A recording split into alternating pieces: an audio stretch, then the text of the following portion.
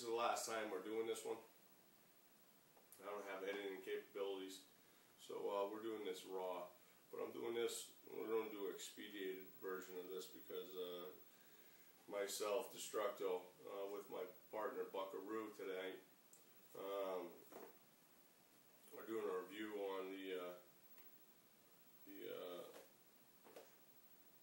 Schempp Rock is what Spyderco is calling this one. And I'll tell you the difference between the Schempp Rock and a rock salt here in a minute. But we're doing an expedited version of this because this is our, what do you think, our fourth time? Fifth time? Fifth time doing this, and we need to get this done. But long and short of it, there's some information in here about the education.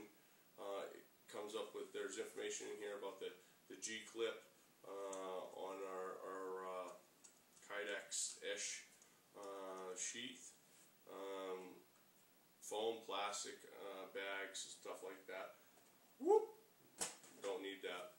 As far as the sheath is concerned, I really like it. It locks up. It doesn't lock up really secure. It's with a very little inertia. This thing comes flying off. When we get done talking about the sheath, I'll show you.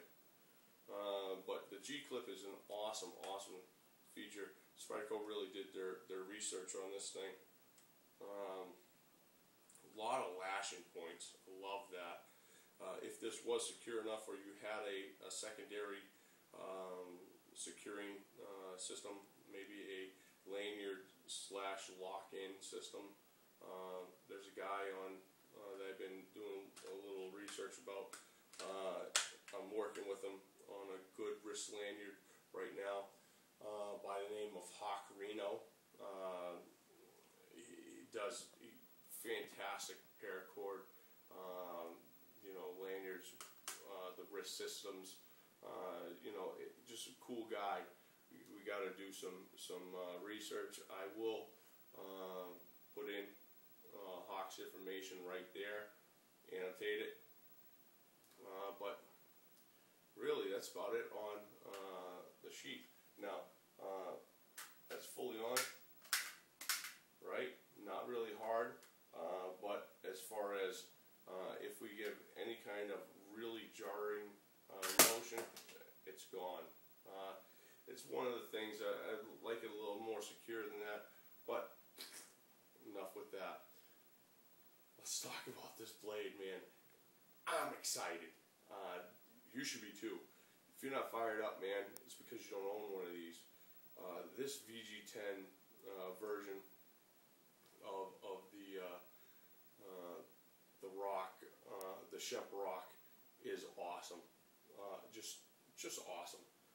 Get a close-up of the Schempp right there. And it's from Seki City, Japan. It is VG10. I don't know if you can see it. If you can, you can. You gotta take my word for it if you can't. This thing is awesome.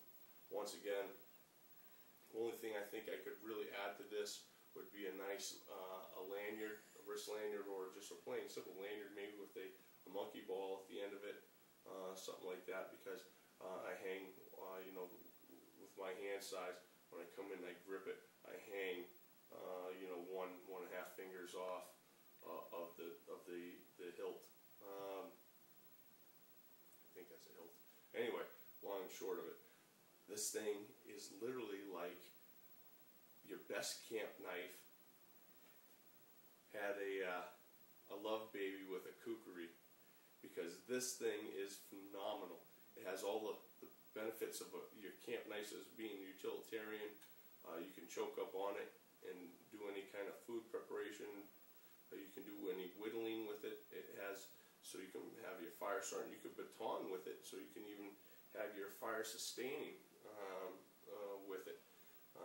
But long and short, it still has a ton, and I do mean ton, of ability as far as personal offense for an edge weapon. This thing is great. Just for my primary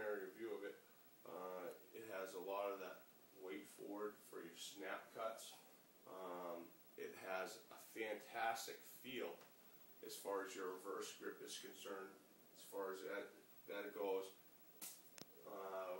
involved. But which leads me into one thing. There's a guy on the net on YouTube. Goes by Vampire. That one will be right there. I'm gonna take Vampire right there. You got me? Mm-hmm. Vampire has a lot. The guy is fantastic as far as putting out a lot of effort into his videos, teaching you and myself valuable, need to know information about edged weapons, obviously stick fighting, batons, stuff like that. A lot of great effort put forth by Vampire. He's getting a lot of my time lately. If you don't know about him, you should take a look. But the one thing I will state about Vampire is his last video. He stated that the saber grip has a greater reach with, now, I'm not talking about lunging, I'm not talking about anything else. I'm talking about stationary feet with a human reach, just like if we were talking about boxing or MMA terminology. Our length of reach in a stationary fashion is going to be the same whether it's a saber grip or,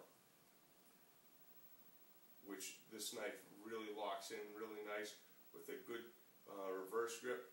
If it's a reverse jab or grip doesn't really matter. It's going to be the same length of reach. So whether we come in and hit real quick with a reverse, or we do that same technique and reach right out and do a snap cut, it's the same. And this knife has a ton of potential for either of those. But being our 5th time, if you want to know something else that we didn't cover tonight, you gotta let us know, man. Because we're kind of new at this, but I'll tell you, this is one of those knives that definitely speaks for itself. But for now, I think we're out. What do you think? Yep. Have a good night. Out.